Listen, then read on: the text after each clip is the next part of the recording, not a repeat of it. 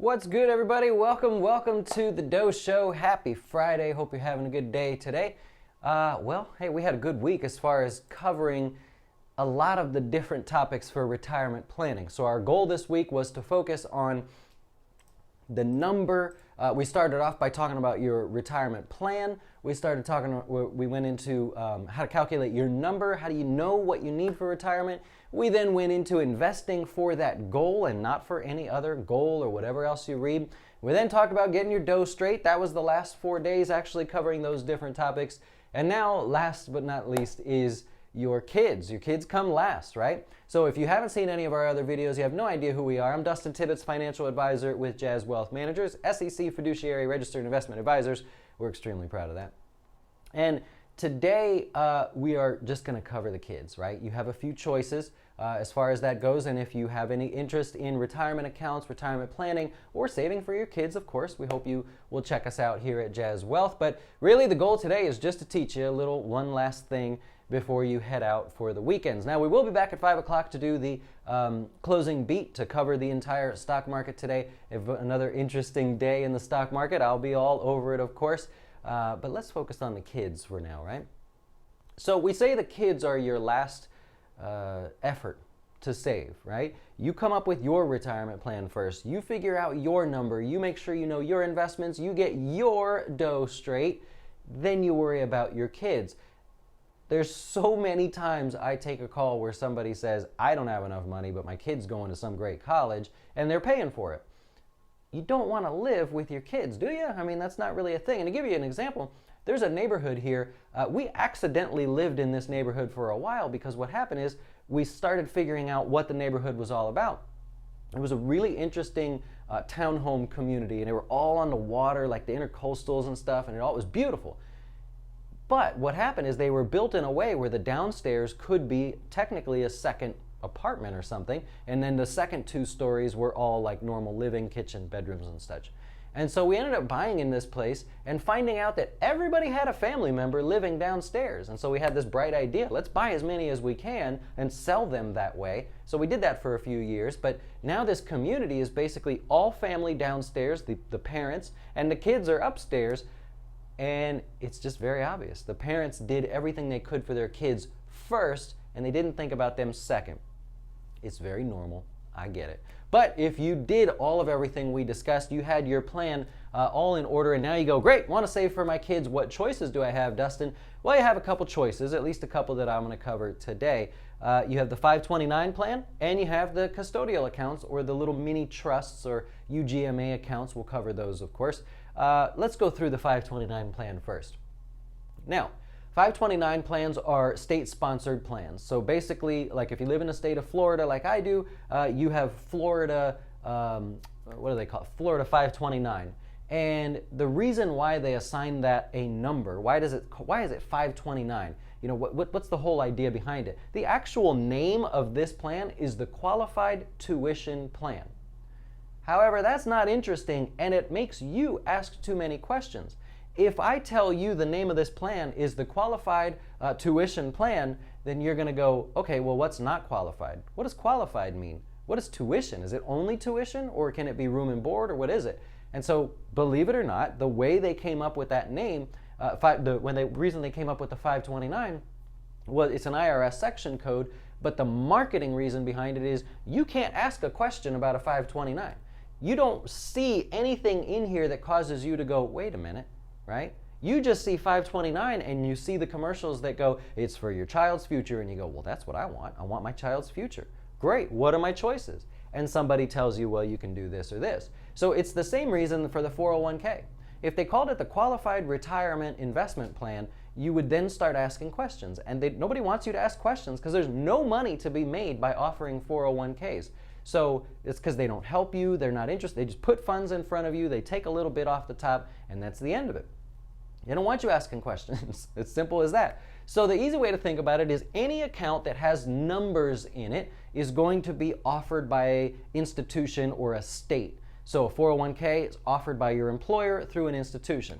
529 plans generally offered by the states, though there are brokerage divisions and everything, generally offered by the state, okay? Now in the 529 plan, most states will give you two options. You have a prepaid option and a savings option. The prepaid option is basically you're just prepaying for college. Whatever it costs today, you're buying credits that you can then cash in at a future point in time that will naturally be, it'll be more costly in the future. So you're essentially getting to prepay this. In the fine print, that is not guaranteed, by the way. I'm just saying, like, I haven't heard of anything going crazy so far, but if you prepay into a state college and that state college doesn't have the funds or the means to go about getting your credits to be used, there's no guarantee that they have to make good on that. So be careful with that one if you're paying attention to the prepaid plans. Now, you can only use the prepaid plans for tuition, by the way. So what you're doing is you're actually buying credit hours for the future. So when you get to the future and you go, I would like to pay for room and board, you're not allowed to. I would like to pay for books and such. You can't. You bought prepaid college credit hours. You didn't actually buy anything that is associated with it. So meal cards and all that stuff are just not going to be included. Now, since the 529 plans are mostly state-sponsored, you're buying into a state school. So in Florida, it might be UCF, UF, FSU, USF, whatever it is. You might be buying into those schools. A lot of 529 plans will say you can buy into another state as well. Sometimes you have to specify that ahead of time, and sometimes they just don't care. They'll transfer it over. It's not a big deal. It's sort of rare these days, so if you have that option, that's a good thing. Okay, so that's the prepaid plan. You're essentially buying college ahead of time as if your kid's already going to college. They could be, 1 year old, right? But they still have all that time. So you could prepay for that. You would be buying the credits. The next 529 plan is called a savings plan. This one's a little bit more flexible, but this basically allows you to save money for any qualified tuition expense. So when your child gets to college, you're able to say, well, we'd like to use some of it for tuition, we'd like to use some of it for the books and the nonsense that they have to spend money on, the little scooter that takes them around to, no, actually, that's not on there. You have to use books and things like that, meal cards, you name it, right? Whatever you need for college. So this is the actual plan where you invest the money. You don't prepay for anything. You're actually taking a little bit of risk. You're given some fund options. They're usually not bad options from what I see. You can pick a few funds. You can be as aggressive as you like. And you basically just go to town, start saving money in the 529 vehicle savings plan. If you make contributions, they're generally state tax deductible. Doesn't really help us here in Florida. We don't have state taxes. But if you're in like a North Carolina or something and you do their plan, generally the contributions that you make are tax deductible. Now, this will grow in value over time, right? Just like any other investment. It's going to fluctuate, have its ups and downs, but in the long run, it's going to end up higher. So as long as you take out money for qualified expenses, room and board, tuition, etc., then actually the growth is tax-free. So you could just take the money out. Whatever's there is for the child to use to go to college, to do whatever it is that they want. If for some reason you take the money out for non-qualified reasons, the scooter was a good example. If you took the money out for that, then not only are you going to owe state taxes, you're going to owe federal taxes, you're going to owe a 10% penalty should you decide to do that. So you probably should not do that. But anyways, 529 plan, you can prepay for college, or you can go ahead and invest, take your chances that the money will grow, or maybe you're going to save a little bit more, and you're going to go from there. So that's the 529 plan. Now you know exactly what that is. This is the more heavily marketed plan, okay? This was always there. They decided to put money behind this one, and for years they spent millions of dollars marketing this one because the states ended up with the money. States needed the money. The schools needed the money, and so they marketed this. There was a big joint effort. It was very successful, and so most people think that's the only way that they can save for their child's retirement. So for their child's college. The UGMA account is a custodial account. Basically what you're saying is, I would like to open an account for my child so that they can start investing, but because they're a minor, they're still young, I will go ahead as the parent, I will make the decisions as to the investments and how much we're going to put in and such, and then when they get to be an adult, they can go ahead and take over. So this is a little more interesting. It acts like a little trust fund. So you just don't need the lawyer, right? So a trust fund, a little bit tricky to set up correctly. This acts the same way, but there's no need for a lawyer. There's no need to get all this crazy paperwork. You can actually set them up in just a few minutes. What happens here is you open the account. In the beneficiary of the account is the child. You can have one beneficiary for each account. When you put money in, you can start investing it in any way you want. There's no limitations on what you can choose or how you can invest. We do a lot of UGMA accounts here, and a lot of people have very young kids. They want to be aggressive, and so we can be aggressive. We can invest in anything. Now, generally, these are used for education. It's usually where the parent says, I would like to have this go towards college. However, maybe you didn't go to college. Maybe the parent says, you know, I found better things to do. I went to trade school. I ended up starting a business. Who knows?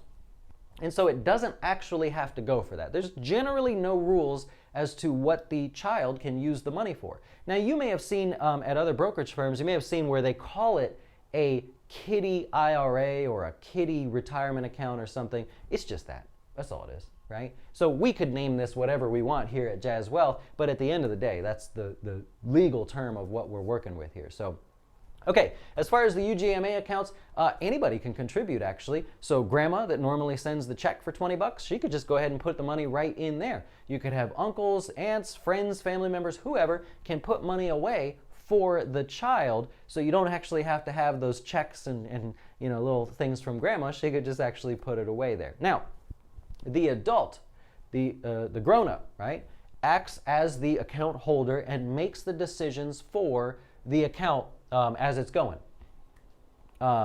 Careful. Be very careful here. This is not the adult's account. This is the child's account. However, because the child is not an adult, the adult is managing it for them. It is the property of the child.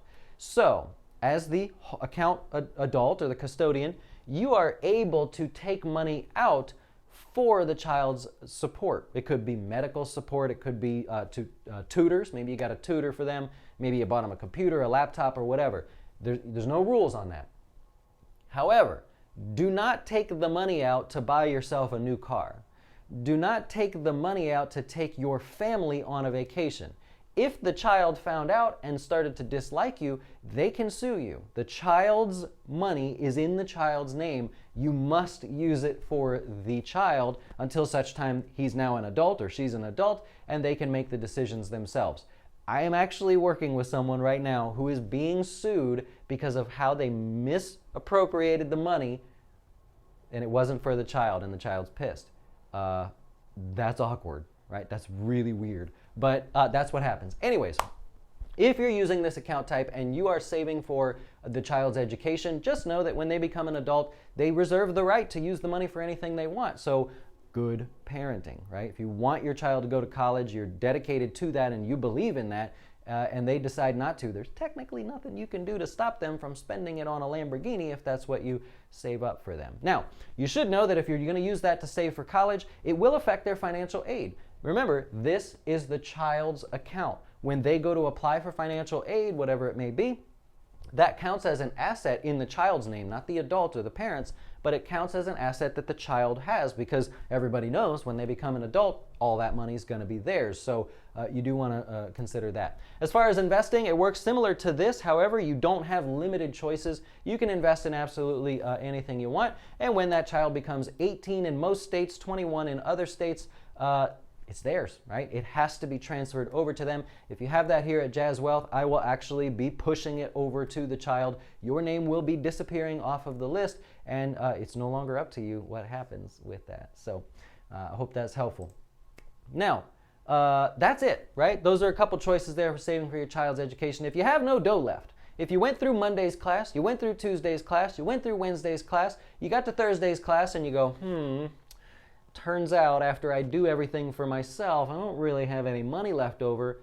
Too bad, right? Then the kids don't get anything. You stop. You wait until you get your dough straight. You figure out something else, or you just make sure you help that kid with their homework, because there's no way I'm ever going to suggest that you take from anything you've been working for and need for your future for your child. Just not going to do it. Teach them. Teach them how to go get financial aid, grants, help, anything like that. Teach them what scholarships and things are available in high school that may pay for college. Nothing wrong with community college, by the way. Maybe that's where they start. Maybe they get it paid for ahead of time. Currently, my daughter's a senior in high school, but she's actually in college. She's going to college for free at the moment, and she's actually going to get a ton of it paid for ahead of time because we taught her. So if you don't have the money, then you really, really need to work a little bit harder with your child. Good, Eddie, glad to have you, man. A custodial account, can it be from a non-family member? You can. Anybody can contribute to it. Anybody can start it, and for the benefit of the child, you just need the child's information to actually get it up and running. Name, date of birth, social security, and the state that they're currently in. We do offer UGMA accounts. Yes, we have them for many of our clients' kids, actually. When the children become of age, earning their own money, simple transfer to a Roth IRA. When the benefit of this, believe it or not, is any growth or anything is the child's responsibility. So it becomes the tax burden of the child, but how much do kids make when they're 18, 19 years old? So if they want to start pulling that money out and getting rid of the tax benefits, or if they make like $12,000 or less a year, then they're not going to owe anything in taxes. They could pull it out and certainly put it into a Roth IRA or use it to fund the Roth, as long as they have income elsewhere to support it. So a little tricky there. Be sure we don't fall for that one. The goal of this one is to help them get going, right? Get up off their feet and everything. Adult kid means 18 or 21 after college. Some states are 18, some are 21. Yeah, I covered that. Sorry. Does deposited money into your custodial account count against the parent's IRA contribution limits? Absolutely not. Nope. It counts against your lifetime gift tax exclusion. However, none of us are going to make it there. I think it's like $1.2 million now or something. Don't hold me to the number. But it's a number that none of us are going to just gift to somebody. So it has never been an issue. But no, it does not affect your IRA. It is a completely separate account. It's the child's account. You're just sort of helping them in the meantime. Kind of like when you agree to take your kid to school every day. It's the kid's school. He's got to do all the work, but you are legally obligated to take them and drop them off to school or find a way for them to get to school. Same thing, it's the kid's account. You are just sort of saying, I'll make sure everything's fine until the kid can handle it. That's all it is, not tied to anything else that you have. So your child can sue you for mismanaging the money you dedicated to invest for them. Not mismanaging the investments inside of the account. You'll make the right decision for that. They have no control over that. But if you find that you're, I'll be honest, I had a customer that couldn't afford to save anymore, and I said, well, that's too bad. You have to leave the money there, right? I'll credit you back all the fees and everything, but please do not take the money out of the account to go pay your bills. You could get in some trouble. And he's like, I ain't worried about it. I'm going to take the money out.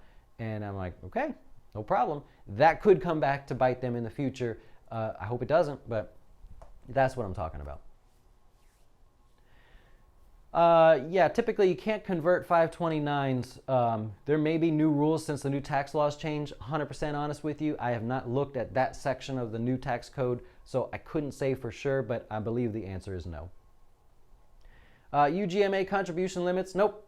What's the difference between a regular custodial account and a UGMA account? It's just so different states have different names for them. It's all the same thing. But some states call them a UGMA, some call them a UTMA. It just means Uniform Gift to Minors Act, Uniform Transfer to Minors Act. It's just because one state calls it something different.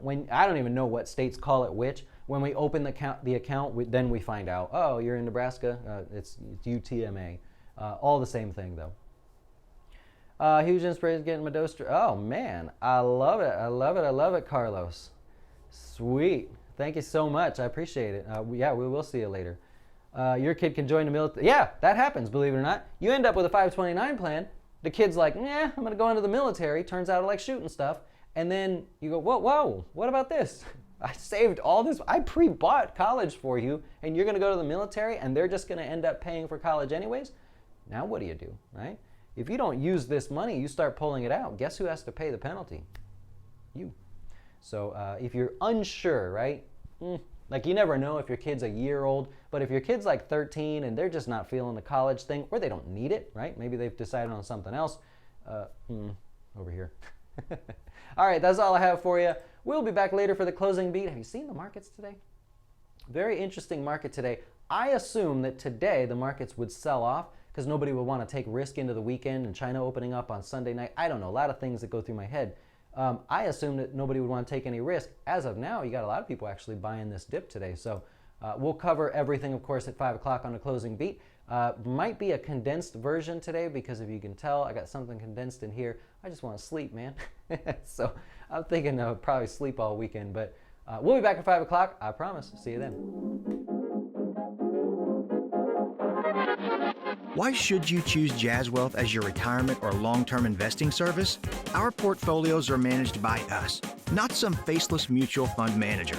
Our private classes will teach you everything about investing and getting your dough straight. Best of all, our fiduciary standard means your best interest comes before ours.